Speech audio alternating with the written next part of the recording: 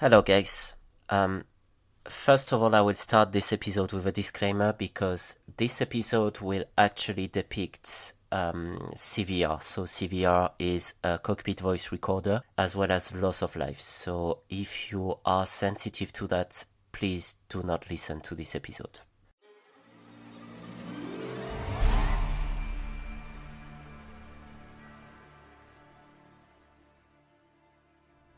Before we start with this episode today, I will ask you something.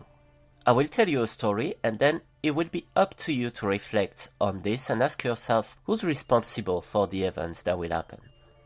I won't tell you anything, at least for now. I will just expose the story as it is, leave you to think about it, and I'll find you guys on the end of the episode to give you the answer. Ready? So now here's the story. Andrew just turned 8 and he's a happy kid living a happy life. But for his birthday, he saw a new bike at the local store and he's been talking about it to his mother who said, No, darling, you're too young for this bike. But this bike was really nice. It was black, sleek, and it was going so fast. He thought he could ride the world with it, and it's been a while that he wanted this bike. So he asked his grandfather, following his mother's refusal, Hey, I would like this bike for my birthday. And the granddad, who was always happy to please his only beloved grandson, finds this and goes to the store with Andrew and finally offers him the bike. So now Andrew is so happy. The bike of his dream, now he finally has it. He's gonna conquer the world with it. Yet, mommy was not really happy seeing this bike at home, but she was resigned. After all, it's a bike, and if he learns to ride it safely with it, then okay. And it's Thursday. Mom is at work, and when she comes back from there to pick him up at school, Andrew does not think about anything else but riding this bike. So all the way back home, he asked his mother, Mommy, can I go for a ride when I come home? And Mom, who we're gonna call her Kate, says no. No, Kate had a very hard day at work and she's just tired and she just thinks about sitting down and relax and make dinner later on. But Andrew insists so much that Kate, once they arrive at home, finally says, Okay, fine, go for your ride. Certainly as a leave me alone relief. But she adds, Don't go too far, please. So Andrew is happy, and as they arrive back home, oblivious to the security rules and protective equipment, he grabs his bike and goes in the street whilst Mom relaxes from her day at work, watching some series on Netflix. But once in the street, Andrew meets Tom, the neighbor's kid, and Tom looks at his bike and says, Yeah, your one is nice, but mine is much better and much faster. So Andrew is unhappy because he has the best bike, and despite Andrew selling the greatness of his bike, convinced that he had the best one ever, Tom looks at him and tells him, You know what? I'm gonna prove you wrong, and we're gonna ride there until the very top of the street you see over there, and whoever arrives first wins. Andrew is like, Okay, let's do that. So the race starts, and Tom clearly takes the lead. He's going faster and faster and proves Andrew wrong, making him even more frustrated but determined to win this over his arrogant friend. Until they cross the street to reach the end of the street. But there, perhaps Tom saw it as he turned his head, but Andrew didn't see it. A car was passing by and didn't have time to put on the brakes. Andrew hit the vehicle quite violently, and the car driver comes to help and call the ambulance. But Andrew is dead. He was 8 years old. Now the question was, in this entire story, who's to blame for everything? Is that Andrew for being obsessed with his bike? The grandfather who offered this bike against the mother's advice? Kate for allowing Andrew riding in the street while she was home to relax? Tom, probably, this little reckless kid who did challenge Andrew and knew the danger he was ongoing? Or the car driver, unable to stop his car on time? Whilst I let you think on that, my dear fellow travelers of the unknown, please grab yourself a coffee and make yourself comfortable, and let me tell you today the story of the mysterious life and death of Air Florida Flight 90.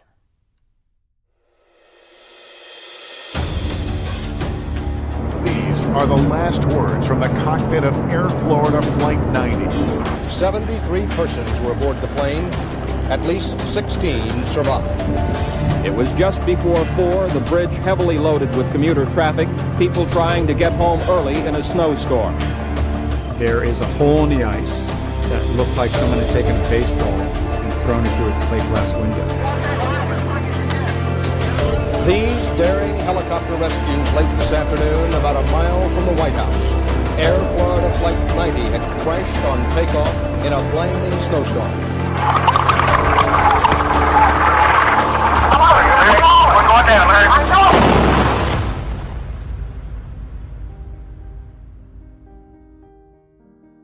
This episode has been mainly written based on the final investigation report. If you want to find out more, please head to my website at the podcast transcript section where you can download it. Link is in the description. Air Florida Flight 90 was a scheduled domestic flight operating from Washington Ronald Reagan International Airport to Fort Lauderdale, Florida, having a stopover at Tampa, also in Florida.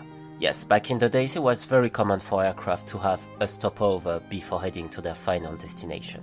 It was a regular flight scheduled to take off at 14:15 local time, but was significantly delayed due to the fact that the airport had to sporadically close in order to remove the snow in the taxiways and the runway. The aircraft today we'll be talking about was a Boeing 737-200, registered November 62 Alpha Foxtrot, operating under the call sign Palm 90 for this flight. So I will eventually call the flight Palm 90 in order to remain clear.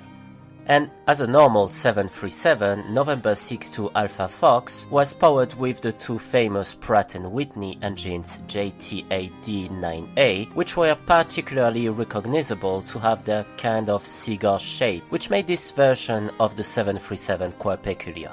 The aircraft in itself has been manufactured in 1969, which made it about 12-year-old boy at the moment of the incident and had already flown for 27,000 hours, which may seem like a lot, but in fact it's a normal age for a Boeing. But the aircraft wasn't really old. To give you an example, the very first aircraft I flew when I did my first flight as a pilot was a 42-year-old Bird.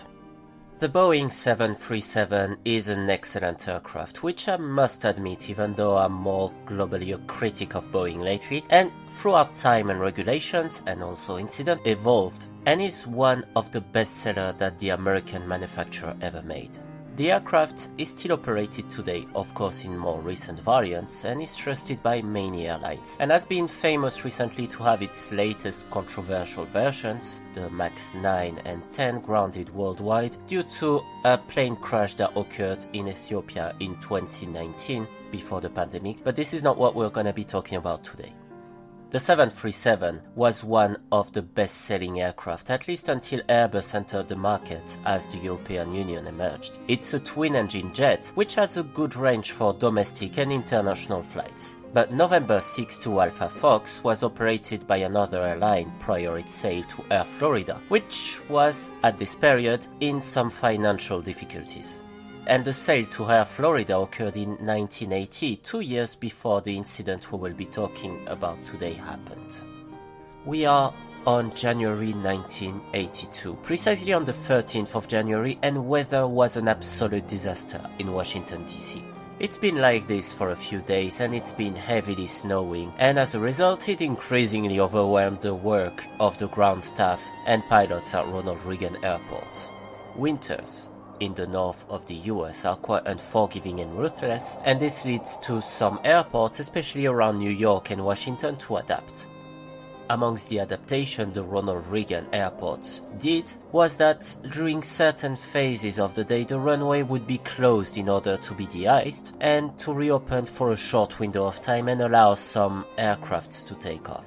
But this led to severe delays and aircraft having to queue in order to take off, and this is perhaps a small detail for you guys, but this will actually have an important impact in the outcome of the disaster. Like I said, the weather was atrocious for flying, at least for taking off.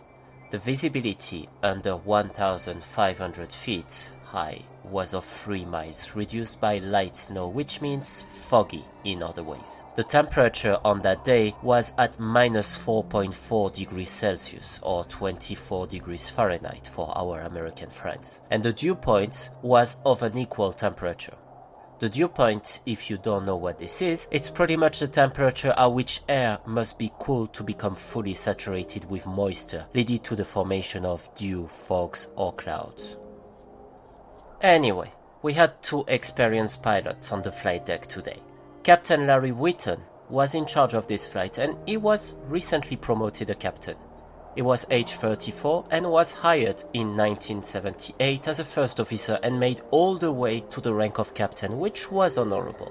He would be, for this part of the flight, the pilot monitoring and had about 8,300 hours of flight, of which 2,322 hours of commercial flight, all logged for Air Florida. But he flew 1,752 hours as a pilot of the Boeing 737 and 1,100 of which as a captain.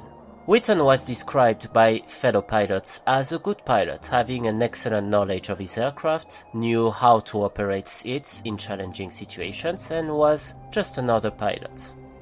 He was also described as a quiet man in general and a very nice and friendly guy. His leadership skills were described as good but not outstanding either. On May 1980, however, he was suspended from Air Florida for unsatisfactory training on important flight regulations and checklists. But after a review, he was readmitted in the company in August. Same thing happened a year later when he was found having issues with checklists and memory items. But a month later, he was reintegrated after another review. The first officer, Roger Petit, however, had less experience than Whitten, but was described as an absolutely outstanding first officer. He had, at the moment of the incident, a total flight time of 3,353 hours and had 992 of them on Air Florida's 737. But Petit came from the army and was a fighter pilot. He was in fact a pilot instructor and had 669 hours as an instructor, which was amazing. Everybody who worked with him used to say he was someone really fantastic at work and he was always picking up when things didn't match up, and that was something that would actually also be important for the story that is to come. But these are for the facts of the flight and our main protagonist. Now, first, to understand what happened, we need to come back straight from the beginning. I may ask you a silly question, but still, let's take a moment to think about it. What do you know about how an airplane can fly? Now, think about this for a second. You got it? Right.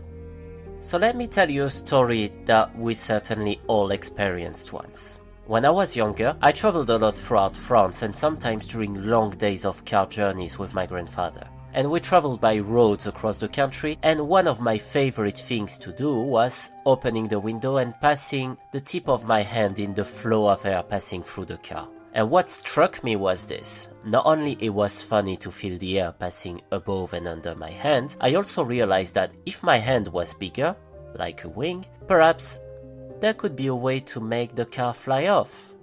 And all this story to say, that's how an airplane can fly, with its wings. It may sound obvious and making sense, but the principle to make an airplane fly is that the air passing above the wing must be equal to the air passing below the wing. If you manage to reach that, you will generate what is called a lift. But for generating lift, yes, of course you need the flow of air to be equal, but you also need thrust, which is why every airplanes do have engines. This is why runways can be long and an airplane needs to reach a high speed before taking off, because the lift is generated straight on the runway when the airplane sets its full thrust power, or TOGA, which is the acronym standing for takeoff go around. And this sets the full power of the engine to reach a certain speed, which is usually around 60 knots for my Cessna, but more generally between 180 and 200 knots for an airliner. And this speed will be the point where the aircraft will start generate enough lift to start flying. A speed that you must always keep maintaining in order to keep your lift generated. Before taking off, you need to rotate, which means that you'll slightly decrease the pressure above your wing to increase the depression or the flow of air under your wing. But the fact that you would do that with your aileron will be controlled, making the flow above and under your wing still surround your wing and generating enough lift to make you fly off from the ground. This is called increasing or decreasing your angle of attack. Angle of attack being the quite specific name for the angle you want to reach to keep your aircraft either pitching up or going down. So how does an aircraft fly? Yes, thanks to its wings, but also thanks to its thrust. But once your lift has been generated, then air will envelope your aircraft. This is called the flight envelope, where your aircraft will fly safely. And this envelope will be like your road when you're in the air. If air behaves normally and flows along the fuselage of the aircraft smoothly, then you'll enjoy a pleasant flight. If, on the contrary, flow of air are going faster than you and at different directions, nothing really dramatic will happen, but you'll experience turbulences. Turbulences, to compare it to a car, would be the equivalent of driving on a rocky road. And depending on the air movement, your turbulences could be mild or severe, but one thing is sure, as long as you keep the same speed and you maintain a normal angle of attack so you do not upset the flight envelope, even if you're in severe turbulences, you will still keep flying. But what if you increase your angle of attack a bit too dramatically, or you lose your speed? If you listen to the trailer I uploaded in March, you may have heard the stall warning. Stalled. And that's the answer. If you start upsetting the flight envelope, then you'll place the aircraft you're flying in a dangerous situation where it does no longer generate its own lift. This is what we call a stall. If it happens, there are many procedures to follow and it's part of our training to deal with that, but globally a stall must always be treated in the first place, because this is something that goes stronger as the aircraft flies. We'll see the consequences in this episode, but also in another episode in the series. But this is to say, if you do not recover from your stall in the first seconds, then it will develop, and you're gonna get even worse if you keep aviating your aircraft. Or at least if you can. A stall can be triggered by a plethora of factors, such as a loss of speed or the angle of attack being too high or too low. But this is usually the ultimate consequences of a series of problems. It's like the final result. In the case of Palm 90, what was mostly part of triggering the crash was the de-icing. Now, you probably have seen on TV those images of airports under the snow and people spraying liquid on aircraft, and you may have wondered why. Let me give you an example. During winter, the windshield of your car may ice. The reason is the difference of temperature between the inside of your car and the outside if your car is not moving.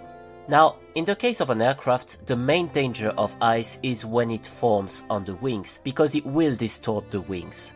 So you may wonder, okay, ice can be blown off at takeoff with the speed the aircraft takes to generate lift, but not actually. I mean, yes, if the ice is still mild and falls on the aircraft after the airplane has been de-iced and is ready for takeoff, but not if the aircraft has been remaining static for an extended period of time.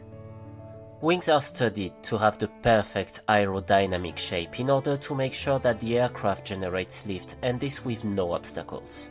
Now, let's imagine that you take off with your airplane all covered with snow and ice. Then, snow will be blown off at takeoff.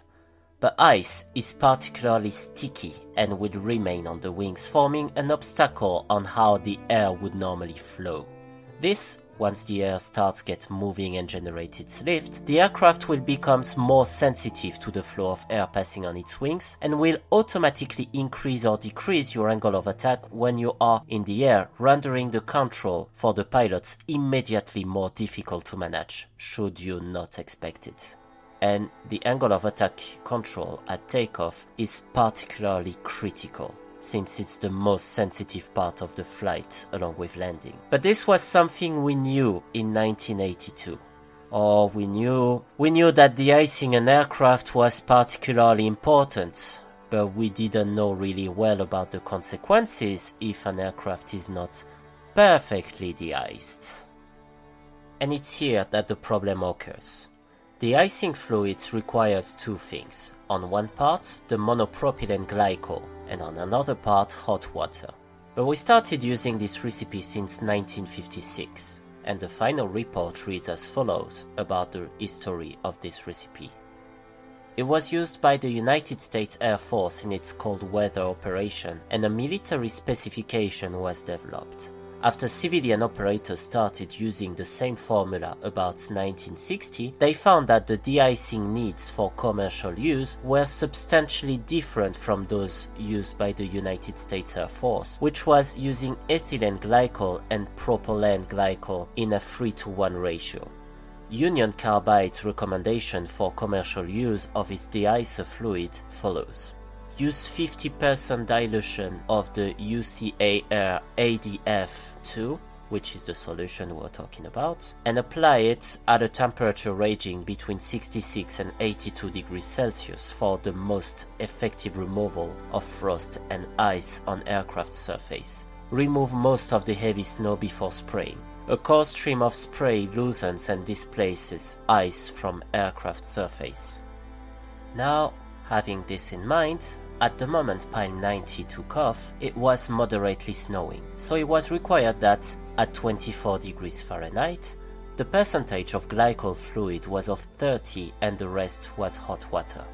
The problem was, Air Florida followed American Airlines manual for de-icing, for the reason that the employees involved into the de-icing of Pile 90 were in fact employees of American Airlines. And even though American Airlines operated aircraft de-icing manual at the moment of the incident, the major difference between Air Florida and AA was the fact that the manual was designed for Boeing 707 or 727, but not for Boeing 737, for the reason that American Airlines did not operate this type of aircraft back in the days. And this may be a tiny little detail, but this changed the proportion of glycol and the way to apply it on the aircraft. Because a 707 or a 727 needed less fluid. So what that means in there, it's pretty simple. The aircraft was simply not properly de-iced. And do you remember why I said that de-icing an aircraft was so important? But now there was another issue. Amongst the things that are to be de-iced and the system that needs to be used, there was this system that the pilots can activate in order to keep all the probes of the aircraft warm, called the anti-ice system. The idea behind this is that it must protect the sensitive parts of the airplane, such as the pitot probes to measure speed, or other various probes a bit everywhere in the aircraft. But of course, the engine, providing the thrust necessary to help the aircraft reaching its speed, has also its plethora of probes, and this, amongst those, are the engine pressure ratio probes, to which I will refer to as the EPR. It's important to measure it to know at what performance the aircraft can operate, by knowing if, when we set thrust, the engines are cold or hot. The idea behind measuring the EPR is in fact to help measuring your engine's performances. Because after all, the plane was de-iced-ish, but another problem would come quickly to the attention of the first officer. The EPR was high. What that meant? Well, ice was forming inside the engine. It's all about a story that is called holdover time, that is today fully understood thanks to the event that I'll be talking about shortly, but was not really understood at the moment of the incident. The holdover time is all about the time when the aircraft has been completely de-iced until it takes off, but the problem was there was a lot of traffic that prevented Pile 90 to take off on time. Back to the EPR, it is calculated between two probes, which have the poetic and beautiful name of P2 and P7 placed respectively in front and in the rear part of the engine. The idea is that, during takeoff, EPR measures the performances of the aircraft and the fact that it must be hot to deliver the best of it. During a normal time, the perfect EPR for a Boeing 737-200 must be of 170 or nearby, which is calculated by the flow captured between probe P7 divided by P2. If it goes higher, as the EPR was now at 204, then it's the first sign of a problem. The EPR can be decreased, however, by activating the anti-ice system, and this increase of the EPR could be explained by the fact that, as the aircraft was not properly de-iced, and it was also taxiing on a snowy taxiway, so it meant that the ice was forming now inside the spinner and the sucker of the engine, because it sucked snow at the moment. Keep that detail in mind. But now you get that. The Air Florida Maintenance Manual instruction for winter operation specifically said that no aircraft will be dispatched and no takeoff will be made when the wings, tail and surface have a coating of ice, snow or frost. So now we've got the perfect recipe for the disaster to come. Now let's get back to this beautiful day of January 13th, 1982. It was on this day, at 14:15 Washington time, that the Air Florida aircraft, parked at gate 12, arrived from Miami and was about to make the way back to Tampa. Snow was falling from various intensity at this point of the day and continued all the way to the afternoon. The airport closed, of course, because of the snowfall between 13:38 and 14:53, and as a result, Palm 90, supposed to take off at 14:15, was delayed. 71 passengers, as well as 3 kids, boarded the aircraft between 14 and 14:30, and the flight had 2 pilots and 3 flight attendants. But as the flight was delayed, the captain requested the airport to have his plane de-iced at about 14:20, and a small truck came containing the fluid to de-ice it. The thing was that the de-icing truck operator stated that the captain told him that he wanted to start de-icing just before the airport was set to reopen so they could get in line straight for their departure, as they were already late. But when the aircraft was de-iced by the American Airlines staff, who carefully followed the manual they had for the Boeing 707 or 727 for the Air Florida 737 at an ambient temperature of minus 4.4 degrees, as I stated before, observed that the aircraft was in fact covered with 1/2 inch of wet snow before applying the de-icing solution. Either way, during the de-icing procedure, Palm 90 was informed that 11 of their aircraft were granted departure before them, and only 5 of them had priority departure before Palm 90 could be allowed to request pushback from the gate in order to get ready to taxi straight out for departure.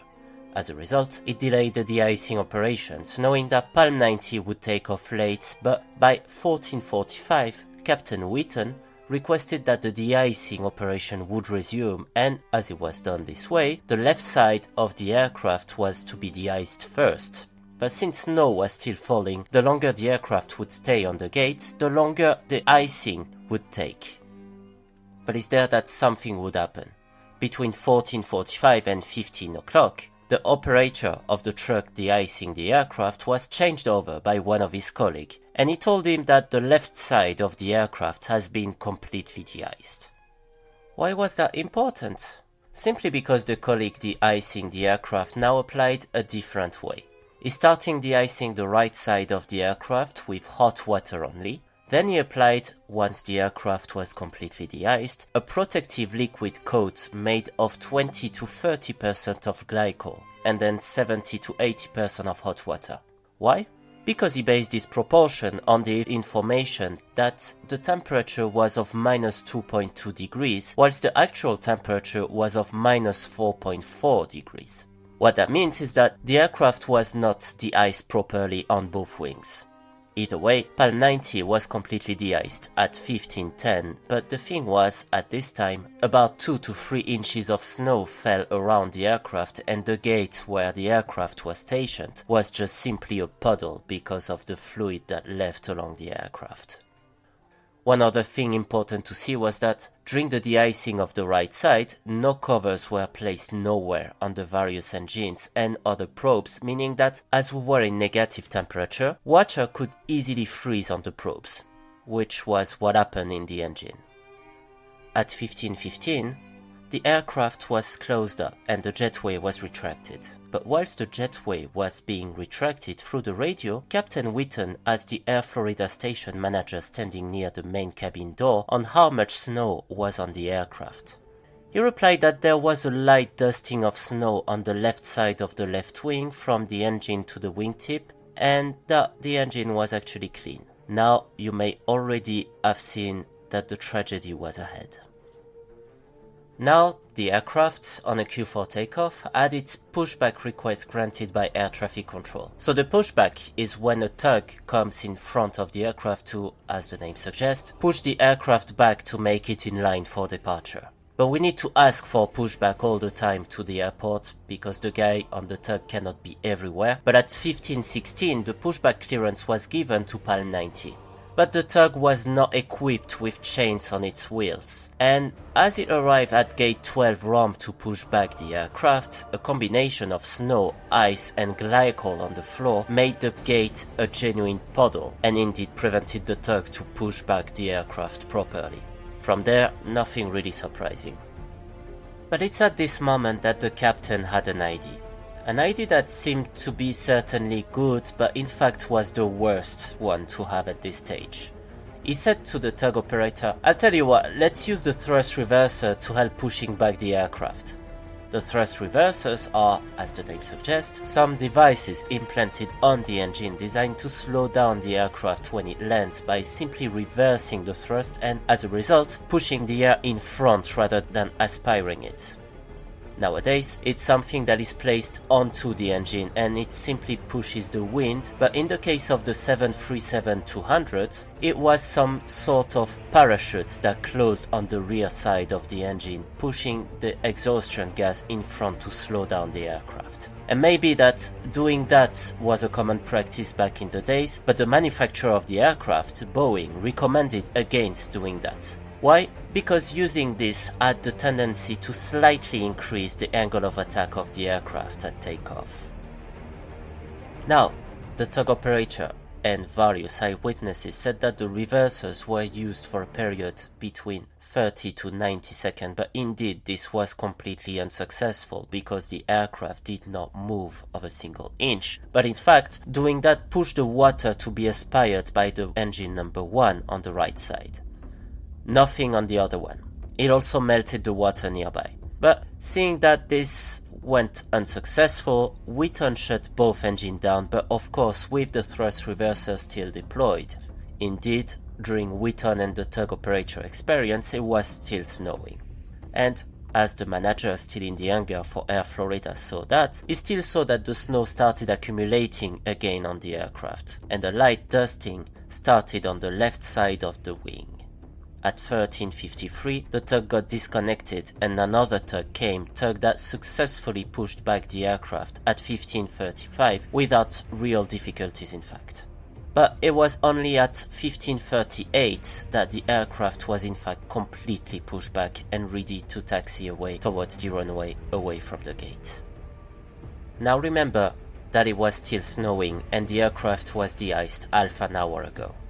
30 minutes later, after an improper fluid was used against the aircraft to de-ice it, the plane was still waiting for takeoff. So most likely, the de-icing fluid at this stage was just no longer effective. As the procedure once the aircraft is pushed back, the pilot flying would aviate the aircraft towards the runway and the pilot monitoring would carry out with the checklist.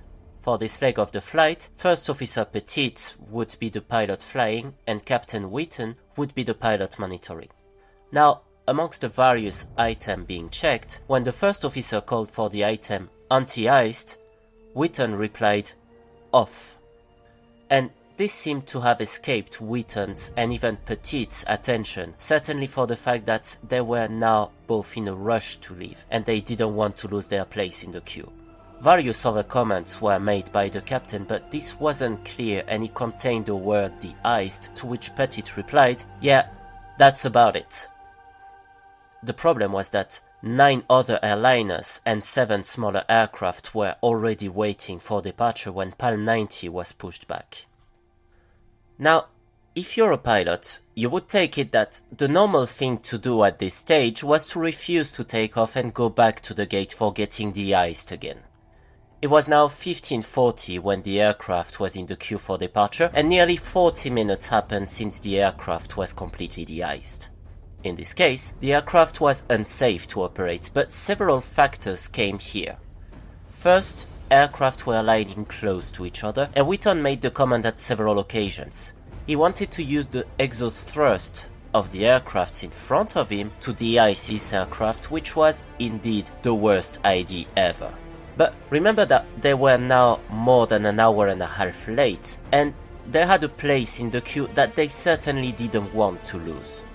Wheaton made comments when aircrafts were turning before his, saying that, "Tell you what, my windshield will be de-iced, don't know about my wings," which in my view is perfectly unacceptable. But that's just a part of the problem.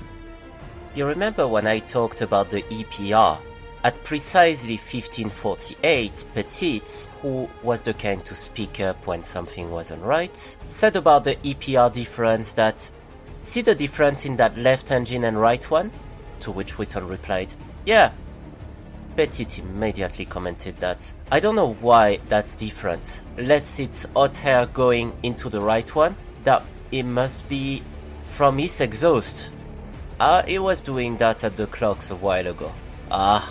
In fact, Petit was trying to make sense the difference between the temperature between the engine as one of them due to the fact that they had water coming into the engine when they were de-icing, and this could have now frozen one of the probes and therefore making it malfunctioning. Wheaton dismissed it. In fact, he was more preoccupied by the other aircraft and their exhaust gas to defrost his wings. But at 15:53, the first officer said, "Boy, this is a losing battle here on trying to de-ice those things. It gives you a false feeling of security, that's all it does." This is a losing battle here on trying to de-ice things. That gives you a false feeling of security, that's all it is. But the conversation resumed until 15:57, at which the two pilots proceeded for their pre-takeoff checklist. The EPR was part of the checklist, and they realized that the runway, as they became close to takeoff, was slushy and wet. What that meant is that, in case they needed to reject the takeoff, then they would need to do it before the V1 speed, and give themselves a longer space. Now that's something you'll hear on the CVR ahead. V1 is in fact the first setting preceding V2, and V1 is the speed at which the aircraft cannot reject the takeoff anymore even if he has a problem. It was set at 80 knots for this flight. At 15:58, ground traffic control cleared Palm 90 to align on the runway, and at 15:59 they received their takeoff clearance with the request not to delay departure because the queue was now of 2.5 miles for runway 36, to which the captain replied, "Okay." This would be the very last transmission of Wheaton to air traffic control. But now, takeoff was ongoing. Wheaton gave the throttles to Petit, and the engine were now spooled up on Toga. But the first officer was concerned by the EPR, commenting, "Real cold, real cold." Later on, the takeoff was still ongoing, and the aircraft still didn't reach V1 speed, and he said that, "God, look at that thing. That doesn't seem right, does it?" And insisted a few seconds later with, "Nah, that's not right." To which the captain replied, "Yes it is. There's 80. But the first officer insisted again on, "No, I don't think that's right." But then said, 9 seconds later, "Maybe it is." Either way, now that the aircraft reached 80 knots, a rejected takeoff was now impossible. Now, the rule is, rejecting a takeoff before reaching V1 must be done when either the first officer or the captain sees something that is not right. Whatever it could be, even if we are not sure of something. We cannot fly an aircraft if we see something that isn't right. But the captain knew the pressure he had on his shoulders should he reject the takeoff, dismissed the comments of his first officer, knowing that going back to the gate for getting de-iced or even rejecting the takeoff would have its consequences for the airport and even for them. 2 seconds later, he called 120, which was V2, the rotation speed, and the first officer said, "I don't know."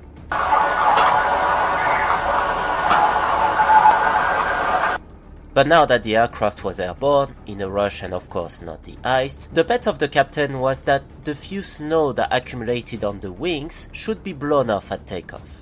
And remember that he used the thrust reversers and restarted his engine with the thrust reversers still deployed. And as it was meant to happen, the aircraft pitched way too importantly when it took off, and as a result, this was upsetting the lift that the aircraft needed to be correctly airborne. Now, Boeing's aircraft do not have this stall warning that you heard before. Stalled, stalled.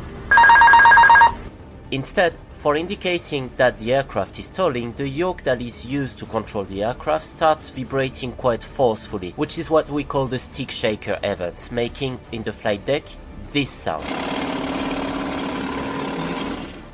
And it is very noisy and uncomfortable for the pilots. Now, if the bank angle or the angle of attack is too important, the aircraft with the stick shaker event triggers a stick pusher event, which is the airplane pushing the yoke by itself to try to regain proper lift. But a stick pusher event was not triggered during this flight.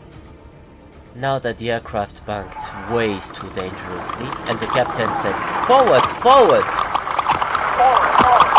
After adding, "We only want 500. We only want 500. But the aircraft was now far too quickly in a fully developed stall, and recovering from that was extremely difficult, if not impossible. But looking at their instrument, because the visibility was atrocious, and seeing that the vertical speed of the aircraft was not important whilst the aircraft was now in full pitch, the captain afterwards said, "Come on, forward, forward, just barely climb." Forward. Just barely climb. But the aircraft was no longer flying at all, and it started collapsing a few seconds later after takeoff. At this moment, the final words were exchanged between the first officer and the captain, and panic seemed to have struck the cockpit as the bridge was now ahead of them. Captain Whitten yelled, "Stalling, we're falling!" when First Officer Roger Petit said, "Larry, we're going down, Larry." We're going down, man. Before Larry Whitten saying, "I know!" The sound of the explosion that just followed was in fact at 16:01, when the airplane struck the heavily congested northbound span of the 14th Bridge Street, crossing the Potomac River.